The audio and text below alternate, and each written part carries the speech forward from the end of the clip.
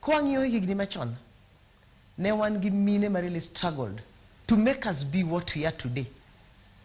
So things like going to salon, kapesa tin, why don't you adjust? Niti gigo we should adjust.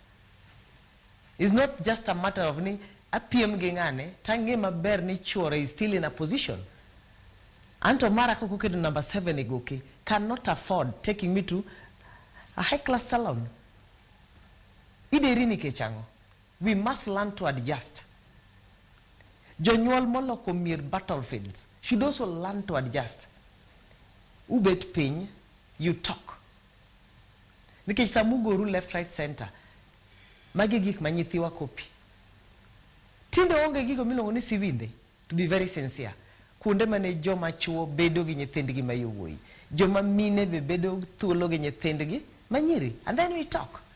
Sani wadak mana ni japuonj okokonyo na nyathi. Ki assistant chief okokonyo na nyathi. Jo children okokonyo na nyathi. In as a parent, what is your parenting role? I'm calling upon migepego ma are working with children.